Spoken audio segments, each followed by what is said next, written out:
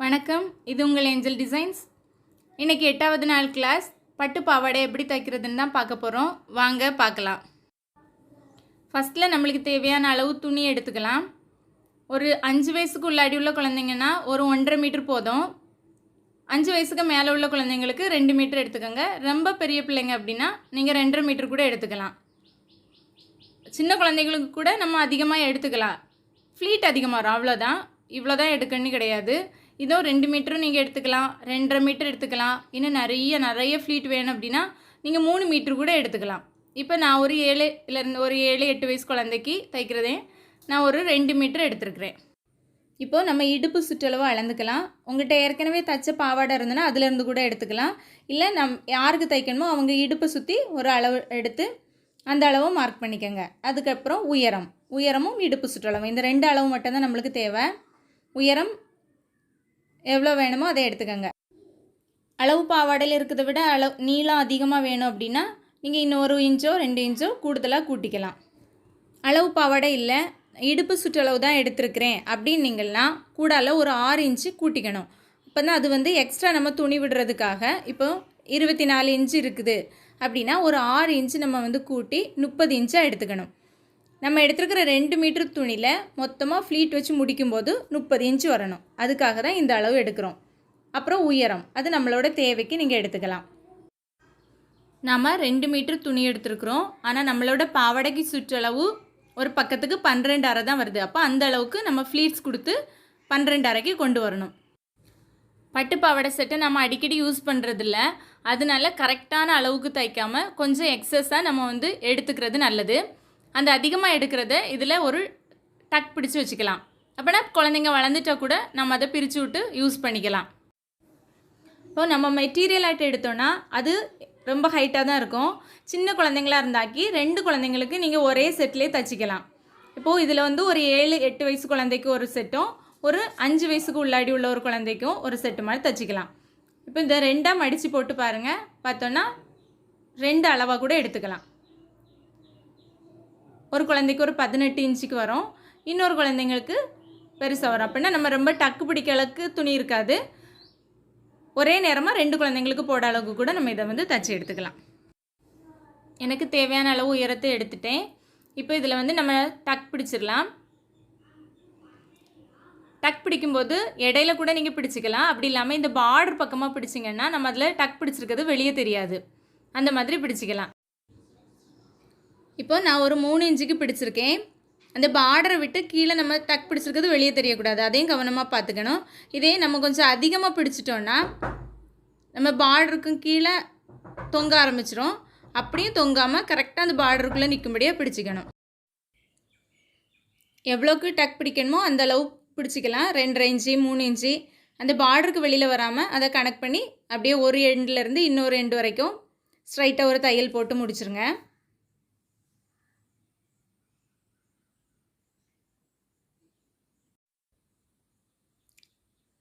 டக் பிடிச்சிட்டு திருப்பி பார்த்தோன்னா இப்படி தான் இருக்கும். பாருங்கள், ரொம்ப தையல் போட்டிருக்கிறது நம்மளுக்கு தெரியலை, பார்க்குறதுக்கு அழகாக இருக்கும். இந்த மாதிரி போட்டுக்கலாம். இல்லை மேலே வேணாலும் நீங்கள் போட்டுக்கலாம், அது நம்மளோட விருப்பம்தான். இப்போது ஃப்ளீட்ஸ் கொடுக்க ஆரம்பிச்சிடலாம். இதோ நீங்கள் லைனிங் போட்டு போடுறதா இருந்தால் லைனிங் இப்போ நம்ம டக் பிடிச்சிட்டோம், அதை விட ஒரு 2 இன்ச்சுக்கு கம்மியாக இருக்கணும். 2 அல்லது 3 இன்ச்சு கம்மியாக இருக்கணும் உயரத்துக்கு. அப்புறம் சுற்றளவு நம்ம பாவாடையில் எவ்வளோ சுற்றளவு இருக்கோ அதே அளவுக்கு நீங்கள் எடுத்துக்கலாம். எடுத்து மொத்தமாக கட் பண்ணி வச்சுக்கலாம்.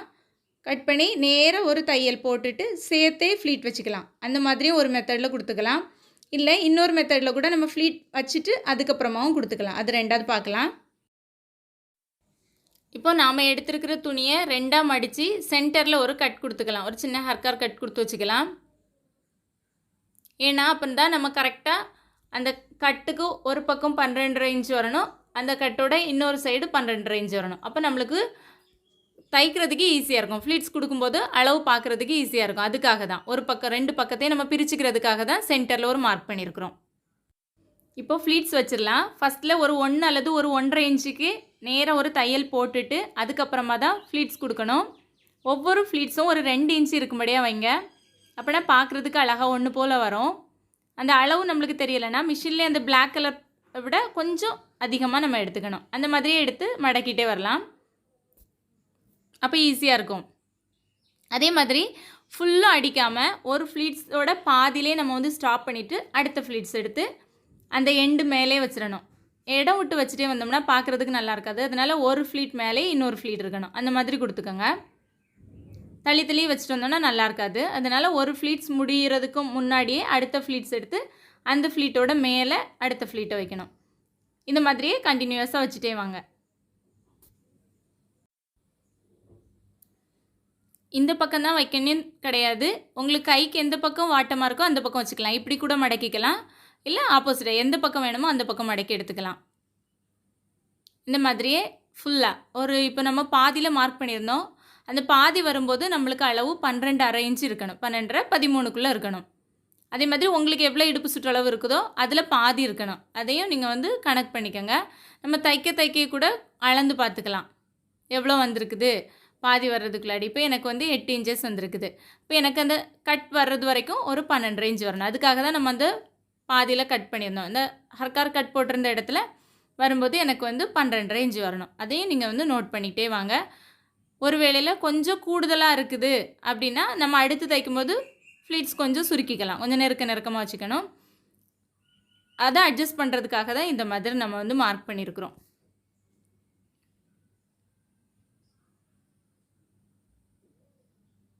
இல்லைன்னா கடைசி வரைக்கும் தைச்சதுக்கு அப்புறம் தான் நம்ம அளந்து பார்ப்போம். அப்போ ரொம்ப சின்னதாக இருந்து ஒரு வேளையில் நெருக்கமாக ஃப்ளீட்ஸ் கொடுத்துருந்தீங்கன்னா ரொம்ப கம்மியான அளவு வரும்.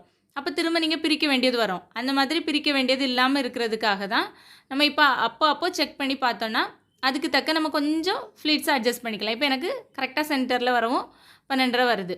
12 வந்திருக்கு. இன்னும் ஒரு 1/2 இன்ச்சு தான். இப்போ நான் அட்ஜஸ்ட் பண்ணி அடுத்த பாதி தைக்கும்போது நான் வந்து அட்ஜஸ்ட் பண்ணிக்கலாம். அதுக்காக தான் இந்த மாதிரி மார்க் பண்ணியிருக்கிறோம். இப்படியே ஃபுல்லும் தைச்சி முடிச்சிருங்க.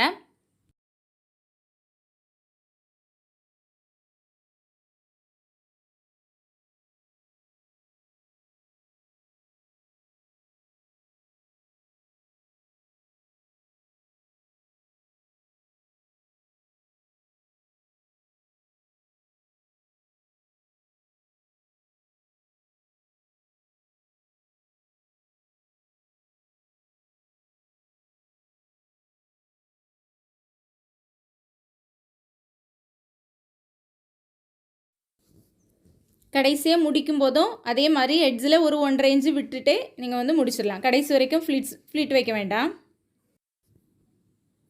ஃப்ளீட் வச்சு முடிச்சாச்சு.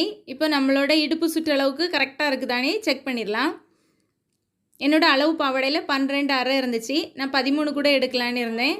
எவ்வளோ இருக்குதுன்னு பார்க்கலாம். 13.5 இருக்குது. ஒரு 1/2 இன்ச்சு கூடுதலாக இருக்குது. அதையும் நம்ம இப்போ ஓப்பன் மடித்து விடும்போது அந்த 1/2 இன்ச்சு க்ளோஸ் ஆயிரும். கரெக்டாக வரும். 13 இன்ச்சஸ் எனக்கு வந்து கிடைக்குது. இதே மாதிரி உங்களுக்கும் இடுப்பு சுற்றளவுக்கு கரெக்டாக இருக்கானே அளந்து செக் பண்ணிக்கோங்க. இப்போ நம்மளோட பாவாடையில் ஒவ்வொரு ஃப்ளீட்டும் அழகாக தெரிகிறதுக்காக அதுக்கு மேலே ஒரு தையல் போட்டுக்கலாம். அது எப்படி போடுறதுன்னா ஒவ்வொரு ஃப்ளீட்டையும் அப்படியே நேராக எடுத்து வச்சு மேலேருந்து ஒரு 3 இன்ச் அளவுக்கு நம்ம வந்து மார்க் பண்ணிக்கலாம். இது சின்ன குழந்தைங்க தான், ஒரு 7-8 வயசு பிள்ளைங்க அப்படின்றனால ஒரு 3 இன்ச்சு போதும். பெரியவங்களாக இருந்தால் ஒரு 4-4.5 கூட நம்ம வந்து மார்க் பண்ணிக்கலாம். இப்போ நான் 3 இன்ச்சு மார்க் பண்ணிக்கிறேன். தையல் போடுறதுலேருந்து ஒரு 3 இன்ச்சுக்கு நான் மார்க் பண்ணியிருக்கேன். அப்படி ஒவ்வொரு ஃப்ளீட்டையும் நேராக எடுத்து வச்சு ஒரு 3 இன்ச்சுக்கு மார்க் பண்ணிக்கணும். மார்க் பண்ணிவிட்டு தனித்தனியாக அந்த ஃப்ளீட்ஸை நம்ம வந்து ஹைலைட் பண்ணி காமிக்கிறது தான் இது. அந்த மார்க் பண்ணியிருக்கிறது வரைக்கும் அடிச்சுட்டு அப்படியே ஊசியை நம்ம நிறுத்திட்டு துணியை மட்டும் நம்ம வந்து திருப்பிக்கணும். திருப்பி அப்படியே ரிவர்ஸில் இன்னொரு தையல். மறுபடியும் அப்படியே நேராக அடுத்த ஃப்ளீட்.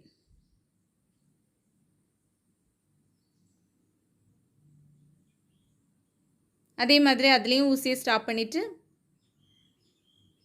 கரெக்டாக ஃப்ளீட்டை மட்டும் நேராக எடுத்து விட்டுக்கணும். அதுலேயும் அதையே அந்த 3 இன்ச் அளவுக்கு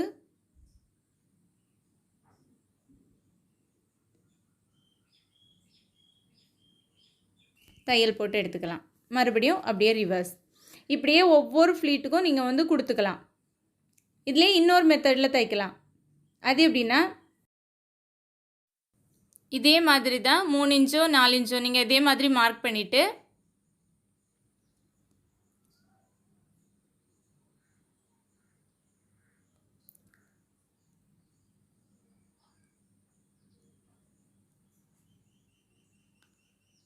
நம்ம ஃபஸ்ட்டில் தைச்ச மாதிரியே தான் ஸ்ட்ரைட்டாக அந்த 3 இன்ச் வரைக்கும் வந்துட்டு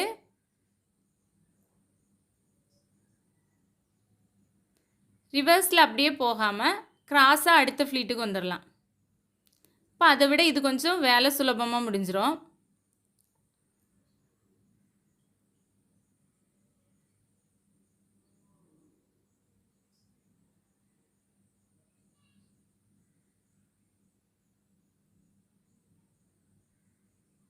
இப்படியே கிராஸாக வந்து அடுத்த ஃப்ளீட்ஸ்க்கு வந்துடலாம்.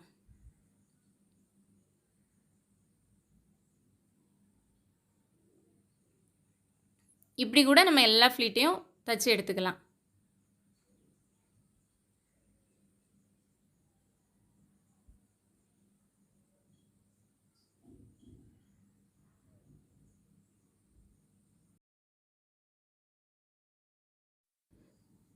இப்படி தைக்க கஷ்டமாக இருக்குதுன்னு நினச்சா நீங்கள் ஒவ்வொரு ஃப்ளீட்டையும் நேராக எடுத்து ஒவ்வொரு பின் பண்ணிவிட்டு அதுக்கப்புறமா கூட அப்படியே ஸ்டிச் பண்ணிக்கலாம். அந்த மாதிரினா இன்னும் கொஞ்சம் ஈஸியாக இருக்கும். ஆனால் இந்த 2 மெத்தடுமே ரொம்ப டைம் எடுக்குது, கஷ்டமாக இருக்குது அப்படின்னா இன்னொரு ஈஸி மெத்தட் இருக்குது. அப்படியே நம்ம 3 இன்ச்சுக்கு நேராக மார்க் பண்ணிக்கணும். மார்க் பண்ணிவிட்டு ஸ்ட்ரைட்டாக ஒரு தையல் மட்டும் போட்டுக்கலாம். அது நம்மளுக்கு ரொம்ப ஈஸியாக முடிஞ்சிடும்.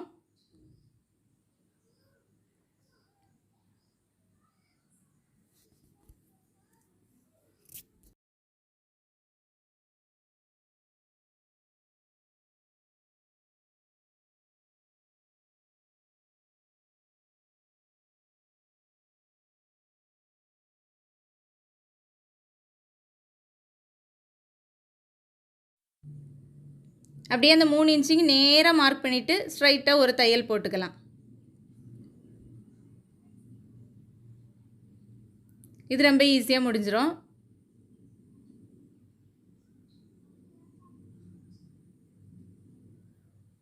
இப்படியே கடைசி வரைக்கும் போட்டு முடிச்சிடலாம்.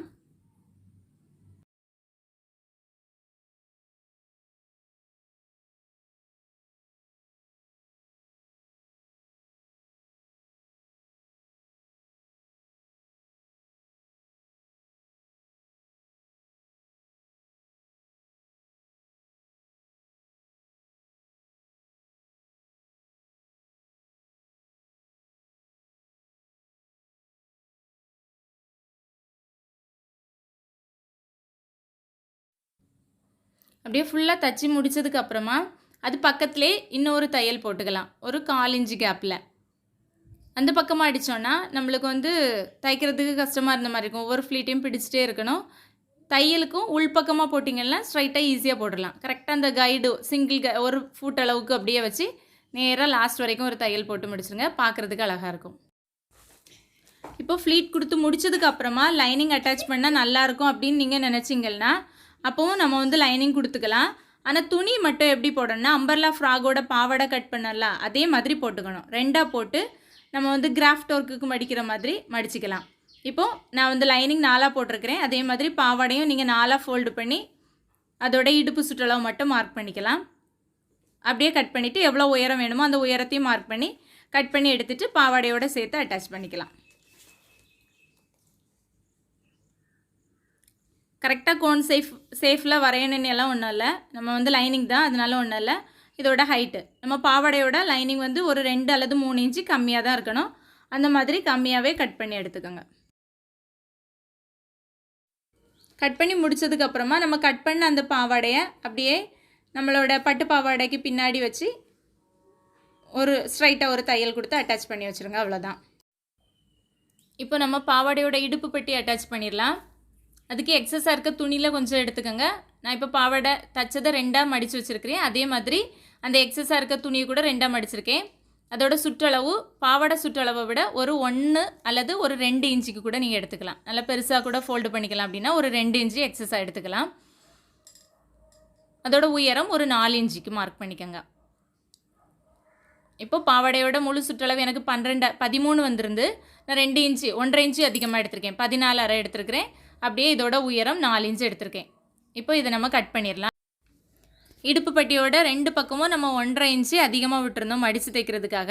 அந்த எக்ஸ்ட்ரா விட்ட துணியை இப்போ நம்ம மடித்து அடிச்சிடலாம். இப்போ நான் ஒரு பக்கம் மட்டும் அடிச்சிருக்கேன். அப்புறம் அட்டாச் பண்ணிவிட்டு கடைசியாக அடுத்த சைடு உள்ளதை மடிச்சிக்கலாம். இப்போ இதை பாவாடையோடு சேர்த்து அட்டாச் பண்ணுறதுக்கு முன்னாடி நம்ம பாவாடைக்கு ஓப்பன் மடித்து அடிச்சிடலாம். நீங்கள் லைனிங் கொடுத்துருந்தா லைனிங்கும் பாவாடையும் சேர்த்து மடித்து அடிச்சுக்கணும். இல்லை பாவாடை மட்டும்னா தனியாக ஓப்பன் மட்டும் உருட்டி அடித்து விட்ருங்க. ஒரு 5 இன்ச் அளவுக்கு நம்ம இதை வந்து மடித்து அடிச்சுக்கலாம். இதே மாதிரி 2 சைடும் மடித்து அடிச்சிருங்க. அதுக்கப்புறமா இப்போ நம்ம இடுப்பு பட்டியை அட்டாச் பண்ணிடலாம்.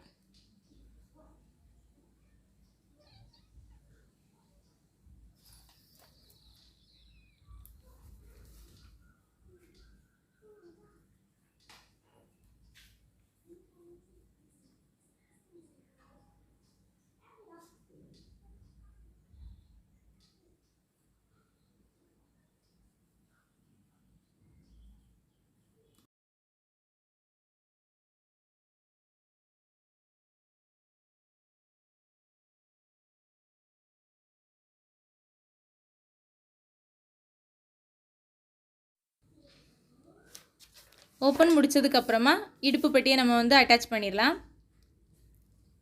பாவாடையோட பேக் சைடில் வச்சு ஃப்ரண்ட்டுக்கு திருப்பிக்கணும். நம்ம கொக்கி பெட்டி வைக்கிற மாதிரியே தான் பாவாடையோட பேக் சைடில் முதல்ல அந்த இடுப்பு பட்டியை வச்சு ஸ்ட்ரைட்டாக ஒரு தையல் போட்டுட்டு அதுக்கப்புறமா அதை திருப்பி ஃப்ரண்ட்டுக்கு எடுக்கணும். நல்ல பக்கம் கரெக்டாக திரும்புதான்னு மட்டும் பார்த்துக்கோங்க.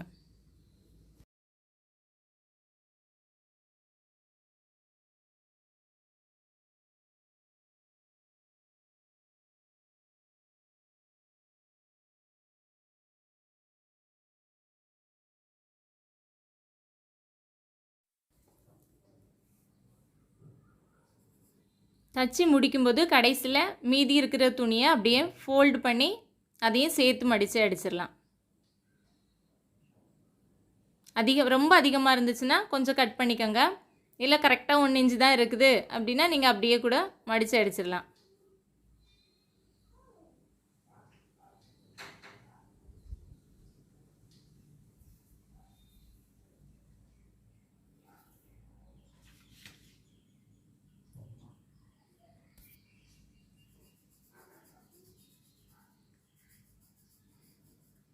அடித்ததுக்கப்புறமா இந்த பக்கம் ஓரத்தையும் நம்ம வந்து க்ளோஸ் பண்ணிடலாம். இல்லைன்னா அது வெளியில் வந்துகிட்டே இருக்கும்.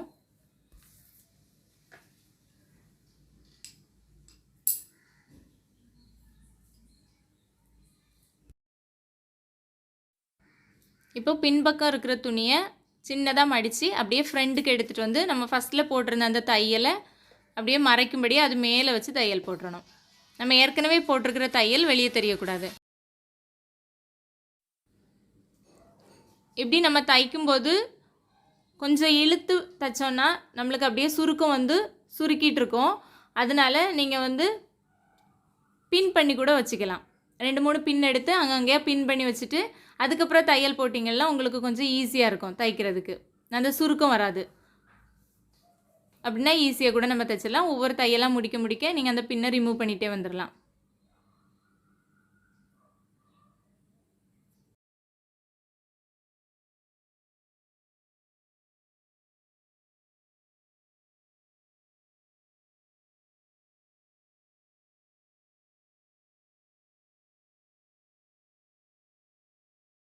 இப்படியே கடைசி வரைக்கும் தைச்சிடலாம்.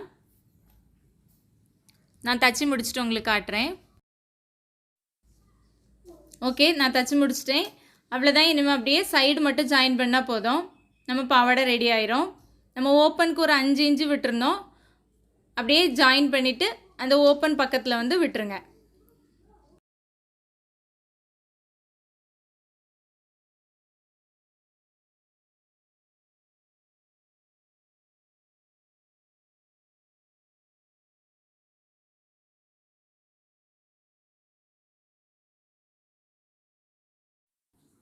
கடைசியில் தையல் முடிக்கும்போது ரஃப் தையல் 2 முடிச்சு போட்டே நீங்கள் முடிச்சுக்கோங்க. அப்போ தான் தையல் பிரியாது. அவ்வளோதான், நம்ம பாவாடை ரெடி ஆகிட்டு. இந்த வீடியோ பிடிச்சிருந்துன்னா லைக் பண்ணுங்கள், ஷேர் பண்ணுங்கள், சப்ஸ்கிரைப் பண்ணுங்கள்.